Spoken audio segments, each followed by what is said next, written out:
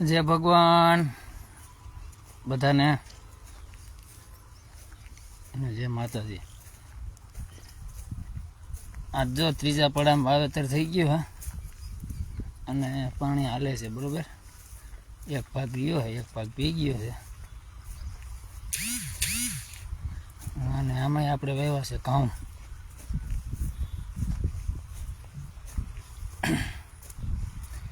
બાકી જો લાઇટ વહી ગઈ છે, મોટર ચાલુ કરવા જાવ છો હાલે જાવ છું જો ધીરે ધીરે।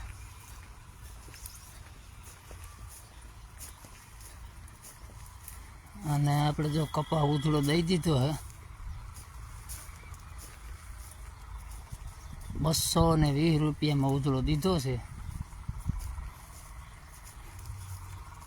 બરોબર। હા પેલી વીણી છે।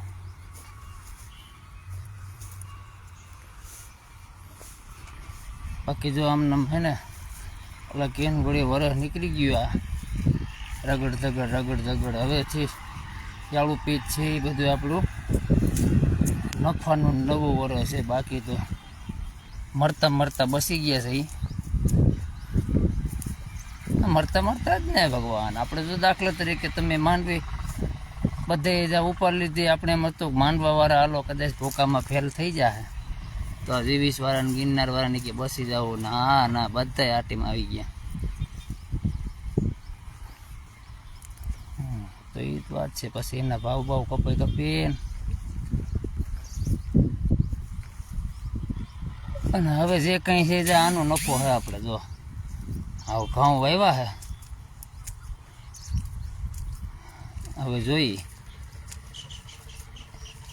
કેવા ભાવતાલ રહીએ ને શું થાય છે। આમાં તો ભાવતાલ માપી રહીએ તો હાલે ને, આ તો ખાવાની વસ્તુ છે ને, આમાં બધા ખાઈ શકે ને। માંડવી સમજી લ્યો ગરીબ માણસ કદાચ ખોબો ખાય તો એ કંઈક વાધા સિદ્ધ તો નથી, એ ઉપયોગી સિદ્ધ છે। ગમે એમાં કહેવામાં ઉપયોગ કરવાની હોય પણ ઘઉં વસ્તુ છે એ ઉપયોગી જ સિદ્ધ છે। પણ પહેલાં તમને આની રોટલી શરૂઆત થાય ગમે ત્યાં ઘઉંનો લોટ હોય તો જ તમે રોટલો ખાઈ શકો ને। ઘઉંના વાવેતર આપણે 30 વીઘાનું વાવેતર ઘઉંનું કર્યું છે અને જોઈએ હવે મોડું થઈ ગયું છે થોડુંક 15-20 દી। હા અને આ વહેલું છે જો આ વાવેતર આમાં ઘઉં ઉગી ગયા છે। હા સારું હાલો જય ભગવાન, મળીએ પાછા બીજા વિડીયોમાં, પછી હાલો નેક્સ્ટમાં।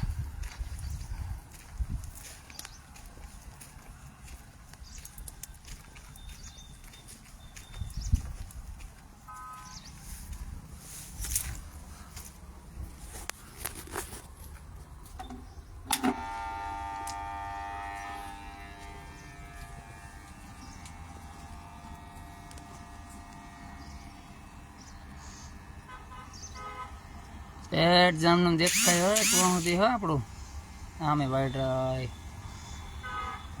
બધું આવ્યું છે। સારું ચાલો જય ભગવાન।